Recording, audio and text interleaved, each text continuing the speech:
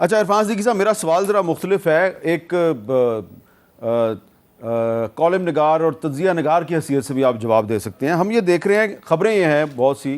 اور ان کی تردید نہیں ہوئی کہ مسلم لیگ نون جو ہے اس نے سیٹ ایڈجسٹمنٹ کیا ہے استحکام پاکستان پارٹی کے ساتھ، اور جہانگیر ترین صاحب کے مقابلے پہ امیدوار کھڑا نہیں کیا جا رہا. علیم خان صاحب، اون چودھری صاحب، نعمان لنگڑیال صاحب، عامر کیانی صاحب،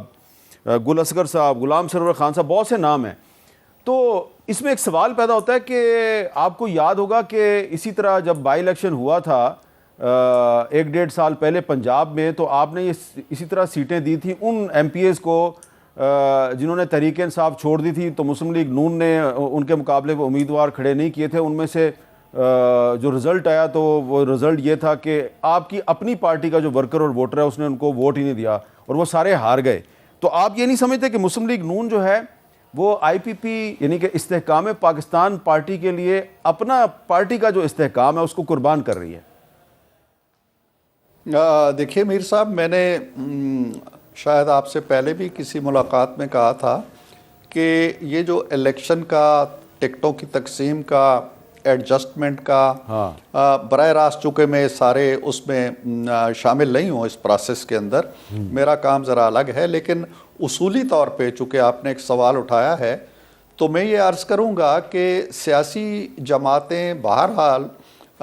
مصلحت کہہ لیں یا انتخابی کمپلشنز کہہ لیں، انتخابی ضروریات کہہ لیں، اس طرح کی ایڈجسٹمنٹس کرتی چلی آئی ہیں، ماضی میں بھی کرتی چلی آئی ہیں، اور کبھی الیکشن سے پہلے ہوتا ہے، کبھی الیکشن کے بعد ہوتا ہے، اور بڑی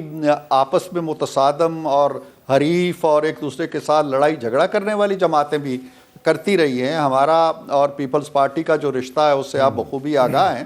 لیکن ہم نے ترمیمیں بھی کی مل کے، ہم نے میثاق بھی کیا مل کے، ہم نے آگے چل کے پھر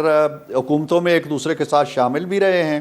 تو یہ کوئی ہماری سیاست کے اندر، بلکہ کسی بھی ملک کی سیاست کے اندر کوئی بہت انہونی بات نہیں ہے. بالکل ٹھیک ہے. رہی یہ بات کہ اس کی قیمت دینا پڑتی ہے، تو دینا پڑتی ہے یقیناً. ہمیں اس کا خمیازہ ہم نے پہلے بھگتا ہے، اور میرا خیال یہ ہے کہ ایسی سیٹیں زیادہ تر دیکھی گئی ہیں جہاں ہماری سیٹ وہ پہلے نہیں تھی، جیسے سرور خان صاحب کی ہے یا اور ہیں، تو یہ ایڈجسٹمنٹس ہوئی ہیں، یقیناً ہوئی ہیں. نہیں لیکن اگر مجھے اجازت، جی سر، ایک چھوٹا سا ضمنی سوال ہے کہ دیکھیں طلال چودھری صاحب جو ہیں وہ 5 سال کے لیے نااہل قرار پائے. تو اب اگر طلال چودھری صاحب کی جگہ پہ نواب شیر وزیر صاحب جو پہلے پی ٹی آئی میں تھے اور پھر بعد میں مسلم لیگ نون میں آ گئے، تو اگر آپ نواب شیر وزیر صاحب کو ترجیح دیتے ہیں، طلال چودھری صاحب کو نظر انداز کرتے ہیں، تو آپ کی پارٹی کا جو ورکر اور ووٹر ہے اس کو کیا ایک منفی پیغام نہیں جائے گا؟ بالکل آپ کی بات سے میں جزوی اتفاق کرتا ہوں، لیکن ایک اور بات بھی ہوتی ہے کہ اگر وزیر صاحب اس وقت تشریف لائے تھے، ہمارے ساتھ آ کے شامل ہوئے تھے اور کوئی کمٹمنٹس ہم نے ان سے کی تھی، اگر ہم وعدہ خلافی کرتے ہیں تو بھی میرا خیال ہے کہ یہ کسی اچھی، سنجیدہ، معقول اور باوقار جماعت کا وتیرہ نہیں ہوگا. اور میں ایک بات اور بھی کہوں کہ ابھی 2 مراحل باقی ہیں. آدھی سینٹ فارغ ہونے والی ہے، ہمارے بہت سے لوگ جو یہاں ایڈجسٹ نہیں ہو پا رہے وہ سینٹ میں آئیں گے، اس کے فوراً بعد بلدیاتی الیکشن کی طرف انشاءاللہ ہم جائیں گے، بہت سے لوگ وہاں سمائی کھا جائیں گے. لیکن ایک جملہ اگر مجھے اجازت دیں تو ہمایوں بھائی سے میں کہنا چاہتا ہوں. وہ کہتے ہیں جی کہ یہ جو ہمیں آر اوز نے ریجیکٹ کیے اور ٹریبونل نے ایکسیپٹ کر لیے، تو اس کو ریلیف مت کہیں.